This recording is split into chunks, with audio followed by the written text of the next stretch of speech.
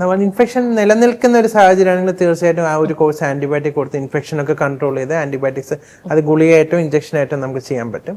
Antibiotics കൊടുത്ത് control ചെയ്താലും ഈ ഫിസ്റ്റുലയുടെ ട്രീറ്റ്മെന്റ് ഒരിക്കലും കംപ്ലീറ്റ് ആവത്തില്ല.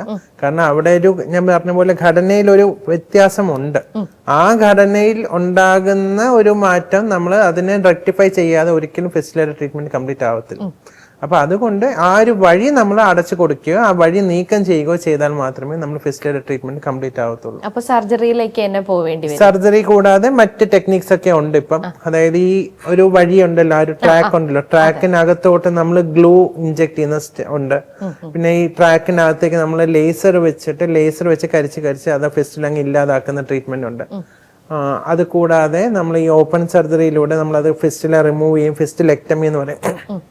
പിന്നെ അത് അങ്ങനെ ഓപ്പൺ ആക്കി വിടും. അങ്ങനെ പല പല ടെക്നിക്സ് ഉണ്ട്.